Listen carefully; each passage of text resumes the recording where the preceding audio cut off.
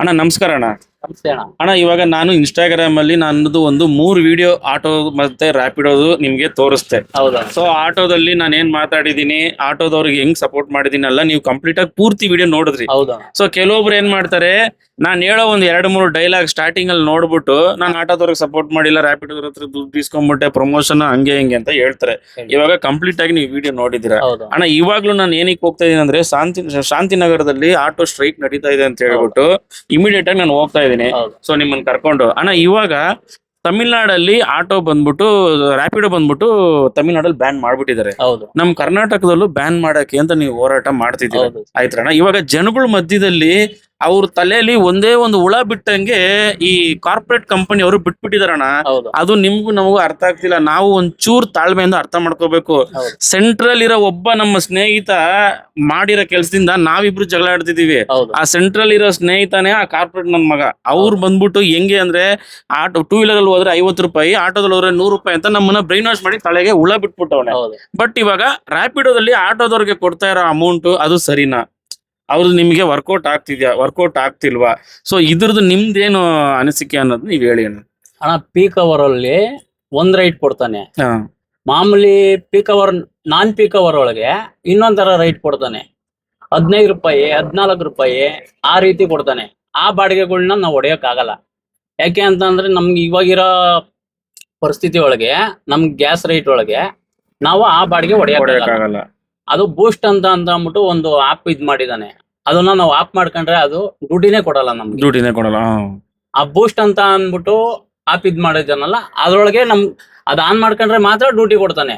ಅದ್ ಆನ್ ಮಾಡ್ಲಿಲ್ಲ ಅಂತ ಅಂದ್ರೆ ಯಾವ್ದೇ ಕಾರಣಕ್ಕೂ ಡ್ಯೂಟಿ ಕೊಡಲ್ಲ. ಆದ್ರೆ 2 ವೀಲರ್ ಇಂದ ಅಣ್ಣ, ಈ ರ್ಯಾಪಿಡೋ ಓಡಿಸೋದ್ರಿಂದ ಕೆಲವೊಬ್ರು ಕಾಲೇಜ್ ಹುಡುಗರುನು ಓದಕ್ ಇಂಟ್ರೆಸ್ಟ್ ಬಿಟ್ಬಿಟ್ಟು ಈ ರ್ಯಾಪಿಡೋ ಓಡಿಸ್ಕೊಂಡು ದುಡ್ಕೊಂಡಿದ್ ಬಿಡ ನನ್ನ ಮೈಂಡ್ ಸೆಟ್ ಕೆಲವೊಬ್ರು ಜನ ಬಂದಿದ್ದಾರೆ.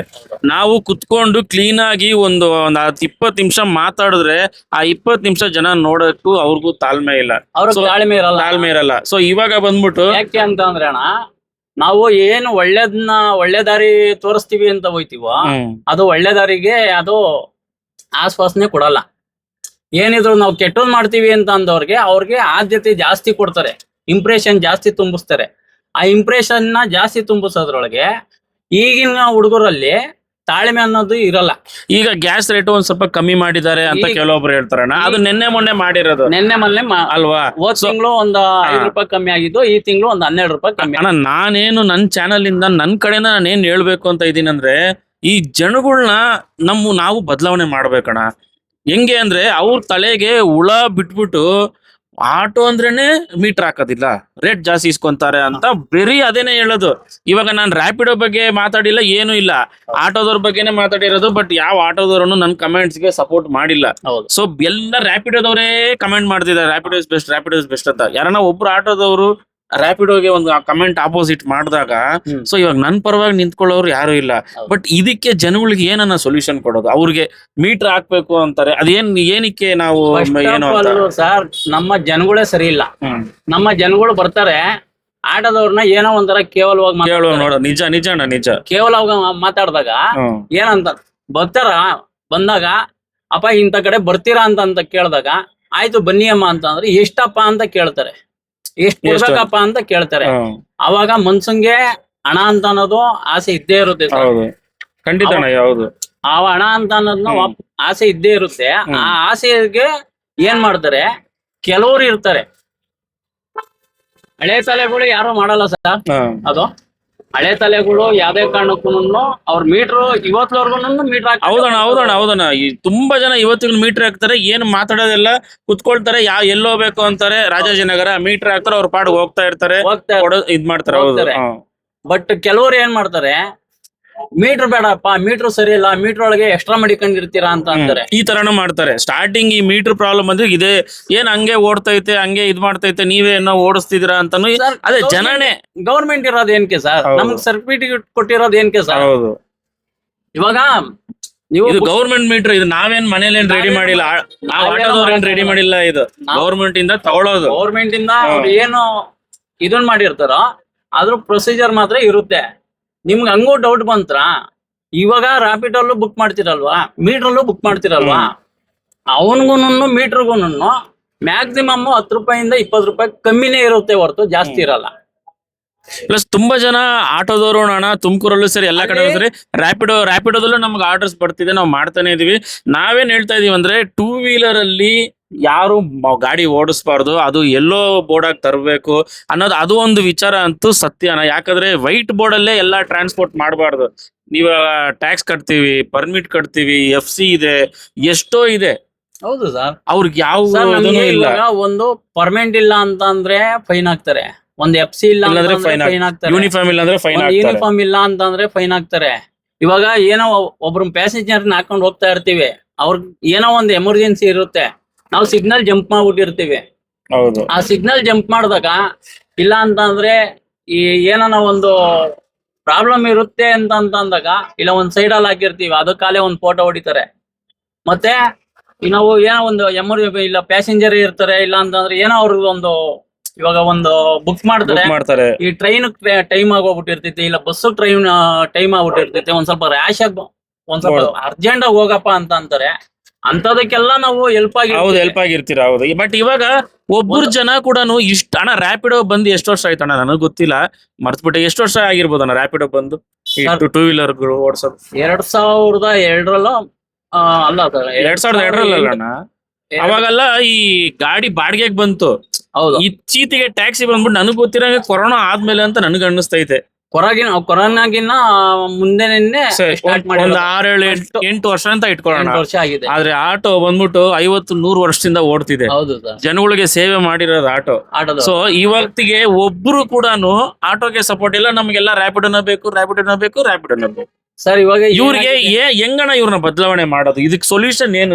ಇದು ಏನಾಗಿದೆ ಅಂತ ಅಂದ್ರೆ ಸರ್, ಈ ರ್ಯಾಪಿಡೋ ಬೈಕ್ ಬೇಕು ಅಂತ ಹೇಳ್ತಾ ಇದ್ರಲ್ವಾ, ಈ ಕಾಲೇಜ್ಗೆ ಹೋಗ್ತಾರಲ್ಲ, ಈ ಕಾಲೇಜ್ಗೆ ಹೋಗೋರು ಮತ್ತೆ ಆಫೀಸ್ಗೆ ಹೋಗ್ತಾ ಇರ್ತಾರಲ್ಲ, ಈ ಆಫೀಸ್ಗೆ ಹೋಗೋರು ಕೂಡ ದೊಡ್ಡ ಕಂಪ್ನಿಗಳನ್ನೇ ಕೆಲಸ ಮಾಡೋಂಥವ್ರನ್ನು ರ್ಯಾಪಿಡೋ ಮಾಡ್ತಾ ಇದಾರೆ. ಆ ರ್ಯಾಪಿಡೋ ಮಾಡ್ತಾ ಇರ್ಬೇಕಾದ್ರೆ ನಮಗ್ ಡ್ಯೂಟಿಗಳು ಇರಲ್ಲ.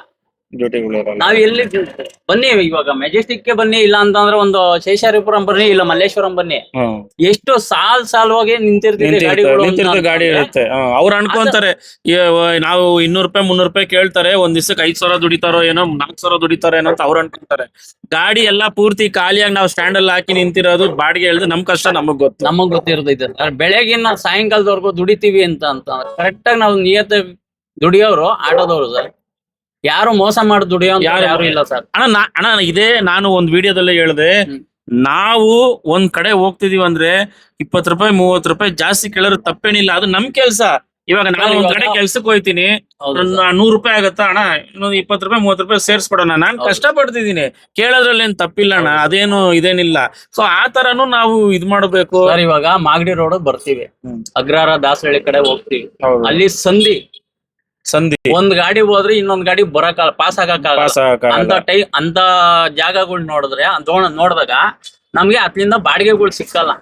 ಬಾಡಿಗೆಗಳು ಸಿಕ್ಕಲ್ಲ ಅನ್ನೋ ಒಂದು ಲೆಕ್ಕಾಚಾರದೊಳಗೆ ಏನೋ ಒಂದ್ 10 ರೂಪಾಯಿ ಸೇರ್ಸ್ಕೊಡಿ ಅಮ್ಮ ಅಂತ ಕೇಳ್ತೀವಿ, ಇಲ್ಲ ಒಂದ್ 20 ರೂಪಾಯಿ ಸೇರ್ಸ್ಕೊಡಿ ಅಣ್ಣ ಅಂತ ಅಂದ್ಬಿಟ್ಟು ಕೇಳ್ಬೋದು ಅಷ್ಟೇ ಹೊರತು ನಾವು 100 ರೂಪಾಯಿ 200 ರೂಪಾಯಿ ಕೇಳೋಂತವ್ರಲ್ಲ. ಯಾರೋ ಮಾಡ್ತಾರೆ ಸರ್, ಈಗಿನ ಜನರೇಷನ್ ಅಲ್ಲಿ ಬಂದಿರೋ ಅಂತ ಹುಡುಗರು ಮಾಡ್ತಾರೆ. ಯಾಕೆ ಅಂತ ಅಂದ್ರೆ ಅವ್ರನ್ನ ಅಪ್ಪ ಅಮ್ಮನ್ ಸಾಕ್ಬೇಕು ಅಂತ ಅನ್ನೋದಂಥದ್ದು ಏನಿಲ್ಲ, ಹೆಂಡತಿ ಮಕ್ಳನ್ನ ಸಾಕ್ಬೇಕು ಅಂತ ಏನಿಲ್ಲ, ಅವ್ರು ಸೋಕಿಗೋಸ್ಕರ ಬರ್ತಾರೆ. ಹೌದು. ಇದ್ರಲ್ಲಿ ಕೆಲವೊಬ್ರು ನಾನು ಅದ್ರಲ್ಲೇ ದುಡ್ದು ಫೀಸ್ ಕಟ್ತೀನಿ ಇರ್ತಾರೆ, ಒಂದ್ 100 ಜನದಲ್ಲಿ ಒಬ್ರು ಇರ್ತಾರೆ. ಆತರ ಇವತ್ತು ಇದ್ರೊಳಗೆ ದುಡಿಬೇಕು ಸರ್, ನನ್ ಹೆಂಡತಿ ಮಕ್ಳನ್ನ ಸಾಕ್ಬೇಕು, ನನ್ ಬಾಡಿಗೆ ಕಟ್ಟಬೇಕು, ನನಗ್ ಡ್ಯೂಟಿ ಆಗ್ಲಿಲ್ಲ ಅಂತ ಅಂದ್ರೆ ಫೈನಲ್ಸ್ ತಗೊಂತೀನಿ, ಫೈನಲ್ಸ್ಗಳು ಕಟ್ಟಬೇಕು, EMI ಗಳು ಇರ್ತವೆ ಸರ್. ಹಳೆ ಗಾಡಿ ಅಂತಂದ್ರೂ EMI ಹಾಕಿರ್ತೀವಿ ಸರ್. ನಾವು EMI ಹಾಕೊಂಡು EMI ಗಳು ಕಟ್ಕೋಬೇಕು. ನಾವ್ ಇವತ್ತು ಡೈಲಿ ಈ ಬೈಕ್ಗಳು ನಿಂತ್ಕೊಂಡ್ರೆ ಕನಿಷ್ಠ ಪಕ್ಷ 1,500 ರೂಪಾಯಿ 1,700 ರೂಪಾಯಿ ಆದ್ರೂ ಮಾಡ್ಕೊಂಡು ಹೋಗ್ತೀವಿ ಸರ್. 2,500 3,000 ಮಾಡ್ತೀವಿ ಅಂತ ಅನ್ನೋರು ಅವರು ದಡ್ರು ಸರ್. 2,500 3,000 ಯಾರ ಕೈಲೂ ಆಗಲ್ಲ. ಎಲ್ಲ ಅವ್ನ ಹಣೆ ಬರ ಚೆನ್ನಾಗಿತ್ತು, ಅವತ್ತು ಡ್ಯೂಟಿ ಚೆನ್ನಾಗಿ ನಡೀತು ಅಂತ ಅಂದ್ರೆ ಒಂದಿನ 3,000 ಅಣ್ಣ, ಒಂದಿನ 3,000 ಓಡಿಸಿದ್ರೆ ಮೈ ಎಷ್ಟು ಹಾಳಾಗಿರುತ್ತೆ. ಹೌದು ಸರ್. ಮಾರೇ ದಿವಸ ಒಂದ್ ರೆಸ್ಟ್ ಆದ್ರೂ ತಗೋಬೇಕಾ? ಇವಾಗ ಯಾವ್ದೇ ಕಾರಣಕ್ಕೂ ಅವತ್ತು 3,000 ದುಡ್ದಿದ್ದಿನ ನಾಳೆ ಬೆಳಗ್ಗೆ ಆಗಲ್ಲ ಸರ್. 1,000 ದುಡಿಯೋದಕ್ಕೂ ಕಷ್ಟ ಆಗುತ್ತೆ. ಅದರಿಂದ ಈ ಬೈಕ್ ಟ್ಯಾಕ್ಸಿಗಳನ್ನ ನಿಲ್ಲಿಸ್ಬಿಟ್ರೆ ಇಲ್ಲ ತಮಿಳ್ನಾಡಲ್ಲಿ ನಿಲ್ಸಿದ್ದಾರೆ, ಎಲ್ಲಾ ಕಡೆನೂ ಸರ್, ಇದನ್ನ ಎಲ್ಲಾ ಕಡೆ ಹಾಕಿದ್ದಾರೆ. ಇಲ್ಲಿ ಸರ್ಕಾರನು ಒಂದ್ ಸ್ವಲ್ಪ ಇವಾಗ ಸಪೋರ್ಟ್ ಮಾಡಿಸ್ಕೊಂಡ್ ಬರ್ತಿದಾರೆ ಅಂತ ಅನ್ಸುತ್ತೆ. ಇಷ್ಟ ದಿನ ಏನ್ ಸಪೋರ್ಟ್ ಮಾಡಿಲ್ಲ, ದಿನ ಸರ್ಕಾರ ಸಪೋರ್ಟ್ ಮಾಡಿರ್ಲಿಲ್ಲ. ಇವಾಗ ಸರ್ಕಾರದವರು ಇದಕ್ಕೂ ಮೀರಿ ಏನನ್ನ ಅವ್ರಿಗೆ ಸಪೋರ್ಟ್ ಮಾಡಿದ್ರು ಅಂದ್ರೆ ಮುಂದೆ ಯಾವ್ದೇ ಕಾರಣಕ್ಕೂ ಈ ಸರ್ಕಾರಗಳು ಯಾರನ್ನು ನಂಬ ಹೌದು, ಪರಿಸ್ಥಿತಿ ಬರಲ್ಲ. ಜನಗಳಿಂದ ಅವ್ರು ನಂಬಿಕೆನ ಅವ್ರು ಕಳ್ಕೊಂತಾರೆ. ಅವ್ರು ಕಳ್ಕೊಂತ ಇದಾರೆ. ಜನ ಒಂದೊಂದು ನಂಬಿಕೆಯಿಂದ ಇದಾರೆ ಸರ್ಕಾರ. ಒಂದು ನೈಟ್ ಅಲ್ಲೇ ಆಗ್ಲಿ, ಒಂದು ಡೇ ಒಳಗೆ ಆಗ್ಲಿ, ಈ 24x7 ಒಳಗೆ ನಾವು ಇವಾಗ ಮನೆ ಪಕ್ಕದೊಳ್ಳೆನೆ ಏನೋ ಒಂದು ಪ್ರಾಬ್ಲಮ್ ಆಗೋಗಿರ್ತೈತೆ, ಬಾರಪ್ಪ ಹಿಂಗೆ ಅಂತಂದ್ರೆ ನಾವೇ ಬರ್ಬೇಕು ಸರ್, ಹೌದು. ಬೈಕ್ನವ್ರು ಬರಲ್ಲ.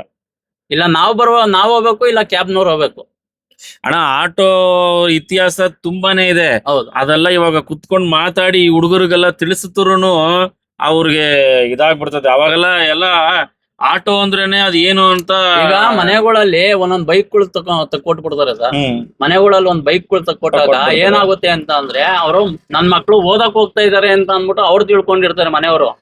ಅವ್ರು ಬಂದು ಇಲ್ಲಿ ರಾಪಿಟೋ ಮಾಡ್ತಾ ಇರ್ತಾರೆ. ಆ ರಾಪಿಟೋ ಮಾಡ್ತಾ ಇದ್ದಾಗ ಅದ್ರೊಳಗೆ ಒಂದ್ 500,000 ಸಂಪಾದನೆ ಮಾಡ್ಕೊಂತಾರ.